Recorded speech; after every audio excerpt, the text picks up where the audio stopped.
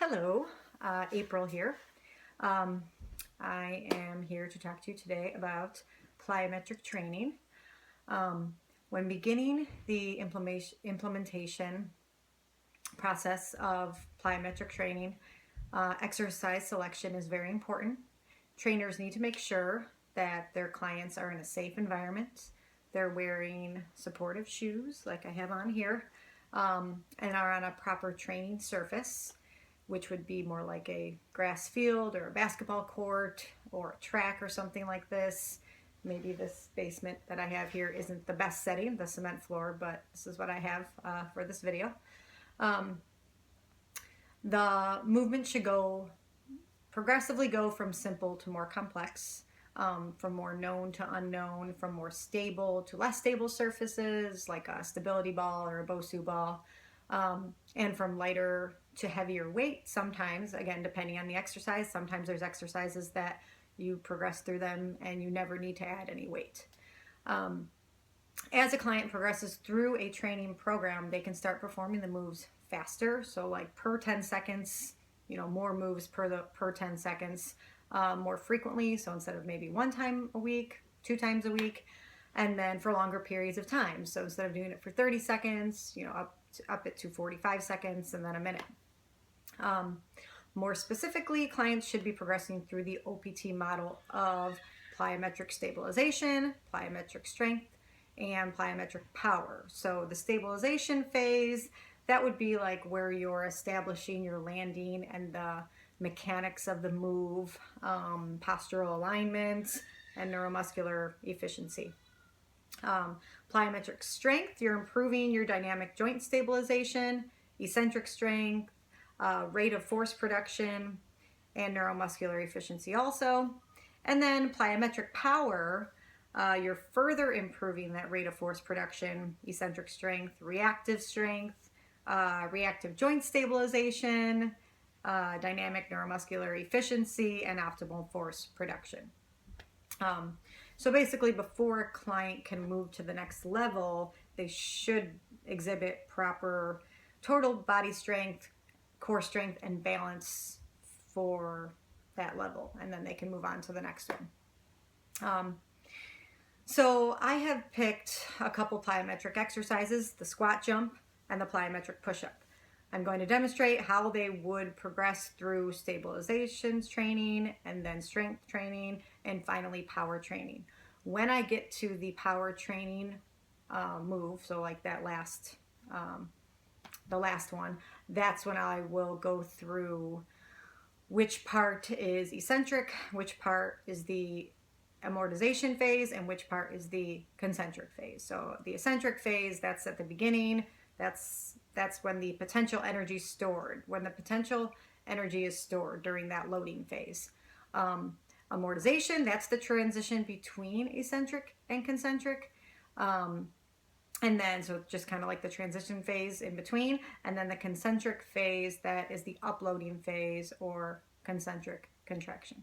So when I get to that last move for each of the two moves, I will go through which one is eccentric, amortization, and concentric.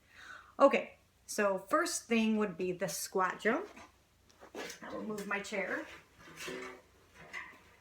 Okay, so for the squat jump, for the stabilization move, so you're going to stand with your feet shoulder width apart, toes pointed straight ahead. I'll try to get more into view here. Hips in neutral position and knees aligned over the second or third toes. You're going to squat slightly into a shallow squat, jump up, extending the arms overhead, and land softly and hold for 3 to 5 seconds. Okay, so this would be this part of the stabilization. So you're squatting, again, a shallow squat, so not super deep at this point. So shallow, jump, and then land soft, 1, 2, 3, jump, 1, 2, 3. Okay, so that would be an option for the stabilization. Some people, you can modify that a little bit more if they can't jump, and you can just rise to your tippy toes. Okay, so you could be here and then without actually jumping. That one's always a little hard for me to do. It's hard for me not to jump. And then repeat. So you'd repeat that movement.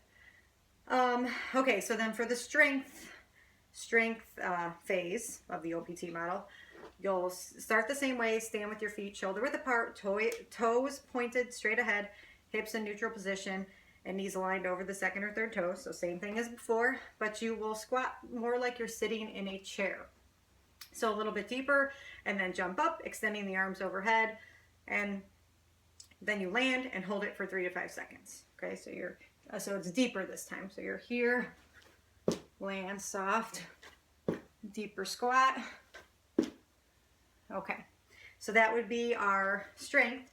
Now power. So the same way, feet shoulder width apart, toes pointed straight ahead, hips in neutral position, knees aligned over the second and third toes. You're going to squat slightly like you're sitting in a chair. So that would be the eccentric phase. And then you're going to jump up, extending the arms overhead and pulling the knees up higher into a tuck jump. So that would be our power phase. So now we're moving it so it's a little bit more advanced. That would be the amortization phase. And then when you're landing softly, that would be the concentric phase. Okay, so that would look, so now we're adding the tuck jump. Okay, so your deep squat and then landing softly. Okay, so that would be our squat jump. And then you're always holding at the bottom for 3 to 5 seconds. So I know I said that, I'm not really sure if I did that. Okay, so I'll make sure I do one more and do it right. So you're here, jump, 1, 2, 3, jump, 1, 2, 3. Okay, so then next move, plyometric push-up. For the stabilization phase, get into plank position between 2 slightly raised surfaces. More like a step would probably be better than these 2 folding tables, but this is what I have.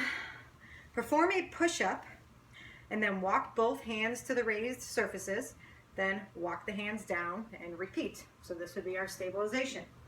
Okay, so you're here, you're going to perform your push-up, and then walk up, down, push-up, up, down. Okay, so that would be our stabilization. Now any of these moves can also be performed on your knees if that's necessary for some reason. So moving on to strength. You're going to get into plank position, get into the plank position between the 2 slightly raised surfaces again, perform a push-up, and then you're going to jump both hands to the raised surfaces, then walk the hands down and repeat. Okay, so this is where it gets a little tough for me. Okay, so here, let's see, why did we get a little low? Okay. Walk down. Walk down. Okay. So that would be the strength phase. And then for the power phase, you're going to get into a plank position between the 2 surfaces, perform the push-up, jump both hands to the raised surfaces. So this one actually has, it almost has the eccentric, amortization, and concentric phases twice. So when you're performing the push-up, that's eccentric, and then when you're jumping, that's amortization, and then when you land, that's the concentric, and then you do it again actually. So then what makes this one a little bit different, why this one's power, is because then you're going to perform another push-up and then jump both hands down to the ground where you started. So when you perform that other push-up, that's eccentric. When you jump, that's amortization, and then when you land, that's your concentric phase. Okay, so this one is a little tough for me. So let's see if I could do it. I might have to do it on my knees. All right, let's see. Here. Oh. Okay. Oh.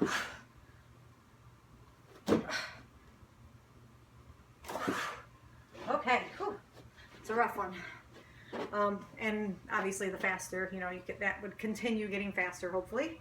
I can't do that one too fast, that power phase one, but it's a good move. I love push-ups. So, okay, so those are my 2 moves through the stabilization phase, the plyometric, or the strength phase, and then the power phase. So sorry you couldn't see my face that whole time in the video, or part of the time. Thank you for watching.